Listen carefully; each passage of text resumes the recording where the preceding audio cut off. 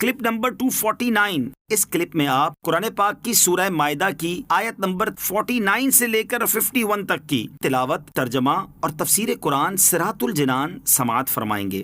بسم اللہ الرحمن الرحیم۔ ترجمہ: اللہ کے نام سے شروع جو نہایت مہربان رحمت والا ہے۔ وَأَنِ احْكُم بَيْنَهُم بِمَا أَنزَلَ اللَّهُ وَلَا تَتَّبِعْ أَهْوَاءَهُمْ وَاحْذَرْهُمْ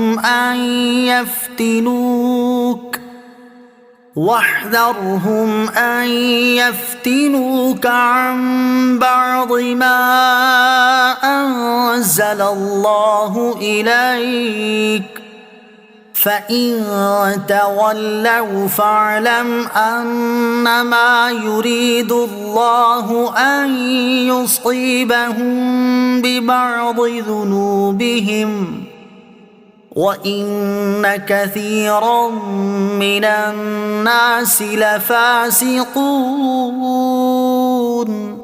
ترجمہ: اور اے مسلمان، یہ کہ ان لوگوں کے درمیان اس کے مطابق فیصلہ کرو جو اللہ نے نازل فرمایا ہے، اور ان کی خواہشات کے پیچھے نہ چلو، اور ان سے بچتے رہو کہ کہیں وہ تمہیں اس کے بعض احکام سے ہٹا نہ دیں جو اللہ نے تمہاری طرف نازل کیا ہے۔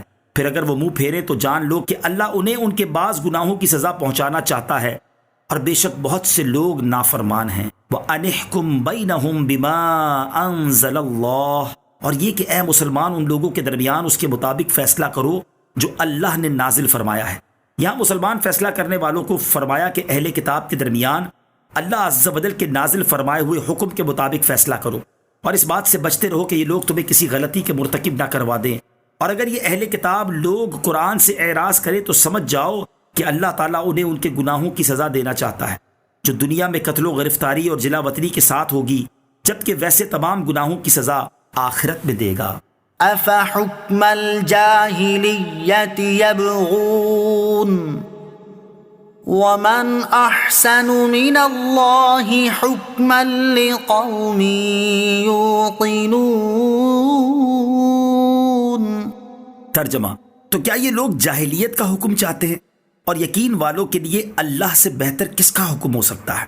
افحکم الجاہلیت یبغون، تو کیا یہ لوگ جاہلیت کا حکم چاہتے ہیں؟ اس آیت کا شان نزول یہ ہے کہ بنی نذیر اور بنی قریظہ یہودیوں کے دو قبیلے تھے، ان میں آپس میں قتل و غارت گری جاری رہتی تھی۔ جب نبی کریم علیہ الصلوۃ والسلام مدینہ طیبہ میں رونق افروز ہوئے تو یہ لوگ اپنا مقدمہ حضور پرنور علیہ الصلوۃ والسلام کی خدمت پہ لائے، اور بنی قریظہ نے کہا، بنی نذیر ہمارے بھائی ہیں، ہم وہ ایک نسل سے ہیں، ایک دین رکھتے ہیں اور ایک کتاب توریت کو مانتے ہیں، لیکن اگر بنی نذیر ہم میں سے کسی کو قتل کرے تو وہ اس کے خون بہا میں ہمیں 70 وسق، ایک بڑا وزن کھجورے دیتے ہیں، اور اگر ہم میں سے کوئی ان کے کسی آدمی کو قتل کرے تو ہم سے اس کے خون بہا میں 140 وسق لیتے ہیں۔ آپ علیہ الصلوۃ والسلام اس کا فیصلہ فرما دیں۔ تاجدار رسالت صلی اللہ علیہ وسلم نے فرمایا، میں حکم دیتا ہوں کہ دونوں قبیلوں کے افراد کا خون برابر ہے، کسی کو دوسرے پر فضیلت نہیں۔ اس پر بنی نذیر بہت برہم ہوئے اور کہنے لگے کہ ہم آپ علیہ الصلوۃ والسلام کے فیصلے سے راضی نہیں، آپ علیہ الصلوۃ والسلام ہمارے دشمن ہیں، ہمیں ذلیل کرنا چاہتے ہیں۔ اس پر یہ آیت نازل ہوئی اور فرمایا گیا کہ کیا جاہلیت کی گمراہی اور ظلم کا حکم چاہتے ہیں؟ جو حکم حضور پرنور علیہ الصلوۃ والسلام نے دیا ہے وہ اللہ تعالیٰ کا حکم ہے، اور اللہ تعالیٰ کے حکم سے بڑھ کر کس کا حکم اچھا ہو سکتا ہے؟ یا ایھا الذین آمنوا لا تتخذوا اليہود والنصارى اولیاء بعضهم اولیاء بعض وَمَن يَتَوَلَّهُم مِّنكُمْ فَإِنَّهُ مِنْهُمْ إِنَّ اللَّهَ لَا يَهْدِي الْقَوْمَ الظَّالِمِينَ۔ ترجمہ: اے ایمان والو، یہود و نصارہ کو دوست نہ بناؤ، وہ صرف آپس میں ایک دوسرے کے دوست ہیں، اور جو تم میں کوئی ان سے دوستی رکھے گا تو وہ انہی میں سے ہے، بے شک اللہ ظالموں کو ہدایت نہیں دیتا۔ یا ایھا الذین آمنوا لا تتخذوا الیہود والنصارى اولیاء، اے ایمان والو، یہود و نصارہ کو دوست نہ بناؤ۔